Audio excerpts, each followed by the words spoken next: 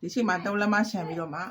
မြင်းရောင်တာပြီးတော့မှဟိုဘက်ကိုကိုယ့်ရဲ့ပတန်ဆွဲပြီးသွားလို့ရှိရင်အဲ့3လက်မရှမ်းထားတဲ့အထဲပါပေါ့နော်ဒီမှာကျဲသီးစာ1လက်မပြန်တာကျဲသီးဆက်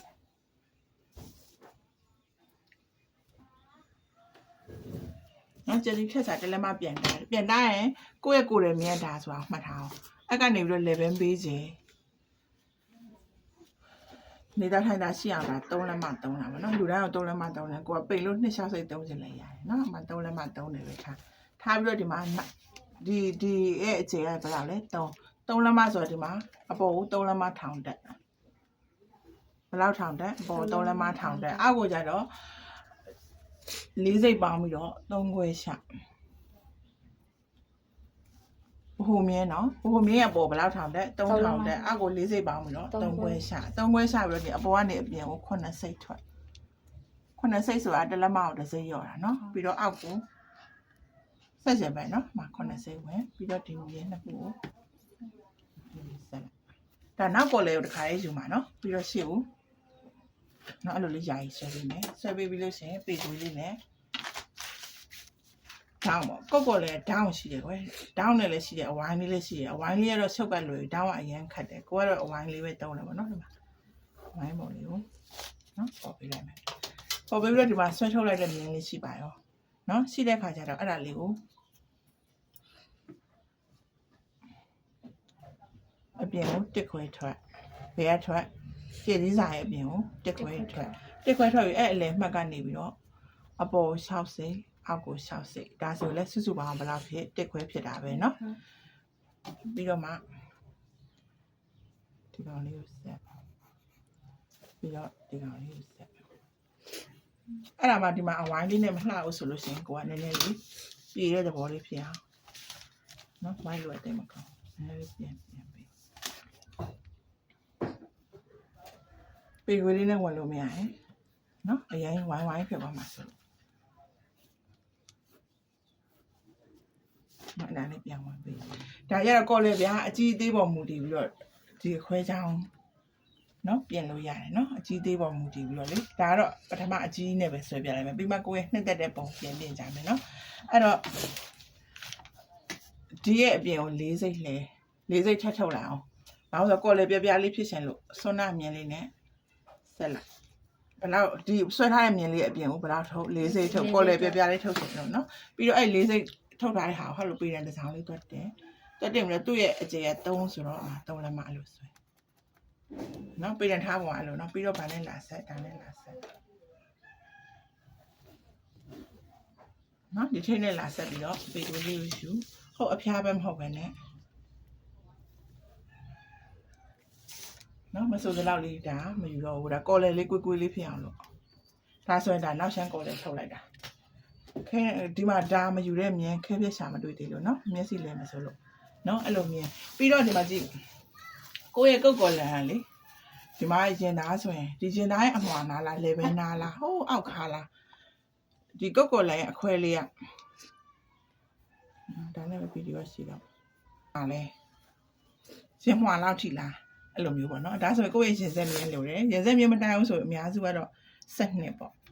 ဘယ်ကနေတိုင်းပုံမှန်ပခုံးမြင်ကနေပြန်တာเนาะဘယ်လောက်မှခွဲမှာလဲlevel အောက်လေးပဲလားခောက်ခါထိလားနှုတ်ကြားလေးပဲလားကျက်စည်းတွေ့မဲ့နေရပြောတာเนาะဒီမှာပုံကဆွဲလို့မလှအောင်အဲ့တော့ဒါနဲ့အဲ့12နဲ့လားအဲ့12ကလည်းဒီပင်မမြင်မှာတက်ဆွဲပြလိုက်ပြီမဟုတ်ဘူးဘာလို့ကျက်စည်းစာထုတ်ထားတဲ့မြင်အောင်ပဲ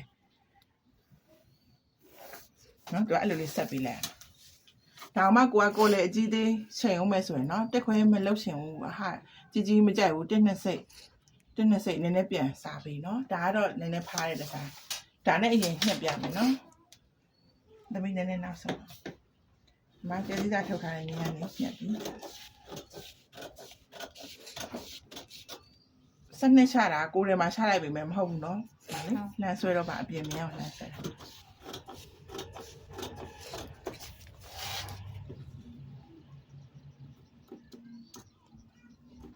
ဒီမှာဆင်မနှစ်စိတ်လောက်ခိုးပြီးထား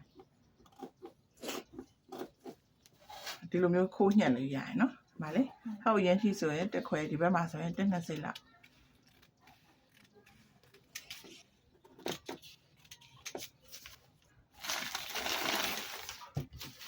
ခဏကြည့်ရဟဲ့လေကျင်းနော်ညှက်လိုက်တော့ဒီလိုပုံလေးဖြစ်ပြီဖြစ်တော့ဒီမှာဒါကြတော့ရင်မွှာကြားလေးထဲမှာဒါနောက်ကော်လည်းပါတစ်ခါလေးထုတ်သွားတော့ဒါကတချမ်းစာပေါ့နော်တချမ်းစာဖြစ်တဲ့အတွက်ဒါဖြတ်လိုက်မယ်ဆိုရင်ဒီမှာကုတ်ကော်လည်းပေါ်ပြီနော်ဒါဆိုလို့ရှိရင်ဒီမှာကျက်စီတစ်လုံးနှလုံးဒီအောက်မှာခွဲလေးနဲ့သုံးလုံးတက်ရှင်လဲသုံးလုံးတက်ပေါ့အဲ့လိုမျိုးကျက်စီကြီးတက်ရတယ်နော်ဒီမှာကော်လည်းပုံလေးပေါ်လာပြီနော်ဒီမှာဟာခွဲလေးကိုနှစ်စိတ်လျှော့ပေးထားတယ်ဒီရှည်ကိုလေဒီမှာဒီအရင်ကတွားလိုက်တာမဟုတ်ဘဲနဲ့နော်ဆင်မနည်းနည်းလျှော့ပေးတာတကယ်လို့အဲ့ကိုတွားမယ်ဆိုတော့ဒါအခွဲကနည်းနည်းကြည်ကြည်ပေါ့ဒါလက်ရှိဆိုရတဲ့အတွက်ကော်လည်းပဲဟိုကြည့်ရလှလာတယ်ဒီနားလေးမှာကိုကစားနေရတယ်ပေါ့အဲဒါဆိုရင်ပုံမှန်ဆွနာဆွဲပြထားတဲ့အတိုင်းလေးနော်ဟာကြည်ကြည်လေးနဲ့လေကော်လည်းပဲကြည်ကြည်လေးဒါမှဒီအရှုံမလို့ခြင်းဘူးဒီနားမှာကစားလို့ရရင်တော့အရှုံမလို့ခြင်းဘူးဆိုတမီးကဒီပေါ်ကို6စိတ်ဝင်ဒီလိုလေးဝိုင်းပြီးအ6စိတ်နေရာမှာ4စိတ်လည်းကစားတဲ့ကစားမှာနော်အဲ့လိုလေးလုပ်ပြီးတော့ဒီလိုလေးဝိုင်းပြီးဒါဆိုရင်တော့ကုတ်ကော်လန်အရှုံမဟုတ်ဘဲနဲ့ကုတ်ကော်လန်ဒီနားလေးမှာအဝိုင်းလေးဖြစ်မှာပေါ့ဒီအကြီးသေးကြတော့လေဒီနားမှာချိန်ပါနော်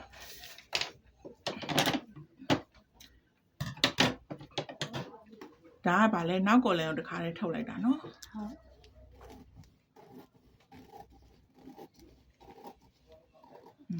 ဒါဆိုရင်နောက်ကော်လန်ဖြစ်သွားပြီနောက်ကော်လန်ဖြစ်သွားတော့ဒါလေးကဘာလို့ခောက်ယူဒီမှာတစ်ခါလေးမှတ်ခဲ့ရမယ်ဒါကlevelနဲ့တွဲမဲ့ဘက်နော် level မဲ့တွဲမဲ့ဘက်ကိုဘယ်လောက်ပို့4စိတ်ပို့ဒီပေါ်ကကြလဲကော်လန်2လွှာပို့မှဖြစ်တဲ့အတွက်4စိတ်ပို့ဒီထိတ်ကလည်း4စိတ်ပို့ဒီမှာဘယ်တော့မှပြန်ဆက်မှမသိတော့ဘူးလေအဲ့တော့ရှေ့ကျမ်းမှာဒီမှာကိုယ့်ရဲ့အကွာဝေးကိုအနာမှာမှတ်ထားပါနော်မှတ်ထားပြီးတော့ဒီရှေ့ကျမ်းကြတော့တစ်လျှောက်လုံးlevel ထိ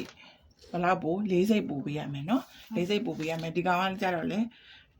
ပတ်လေး4စိတ်ပို့ရမယ်သူကမှားတတ်တာပြန်တက်တဲ့ခါမှာမှားတတ်တဲ့အတွက်ပေါ့နော်ဒီနေရာမှာသူပြန်တက်ရမယ်နော်အမှန်ရေးပေးရမယ်နောက်ရှမ်းကြရင်တော့ပုံမှန်ဆွဲတဲ့အတိုင်းဆွဲမယ်နောက်ရှမ်းကိုဘယ်လောက်ရှာမယ်6စိတ်ရှာမယ်ဒါပေမဲ့နောက်ရှမ်းပတန်ကိုဒါနောက်ရှမ်းဆိုပါတော့ဒီမှာရှေ့ကျမ်းမှာ11ပို့ခဲ့တယ်နောက်ရှမ်းမှာတော့11ဘက်ကိုပို့စရာမလိုဘူးเนาะနောက်ရှမ်းမှာဘာမှပို့စရာမလိုဘူးဒါပေမဲ့နောက်ရှမ်းမှာသမီးတို့ရဲ့ဒီလိုမျိုးလေးခါမှာအခွဲလေးမှာဘားတန်းလေးနဲ့လေအဲ့လိုလေးရှိတာအောင်အဲ့အတွက်နောက်မှာအခွဲလေးကိုလည်းဘယ်လိုလုပ်မလဲတလက်မပို့ခဲ့ရမယ်သူကပေါ့လေးဝတ်မယ်ဆိုတလက်မဒဲပဲပို့ဟိုခါလေးမှာတိမ်ပြီးတော့ဝတ်ရှင်နေဆိုရင်စစ်စားနည်းနဲ့ပို့နော်ကြောစားလိုက်လို့ပြောတာနော်နောက်ရှမ်းကိုလည်းရေကူးတော့လေးလုပ်ပြီးဘာလို့ဆိုတော့ကုတ်ဝင်းဆိုတာနိုင်ငံခြားသားရဲ့အိမ်တွေဒါရေကူးတော့လေးတွေတို့အရင်ဝတ်တယ်ပေါ့နော်နောက်ရှမ်းတော့တင်ညှက်မယ်ဆိုတမီးကဘယ်လိုလုပ်မလဲဒီလိုလေးရှိုးလိုက်ပေါ့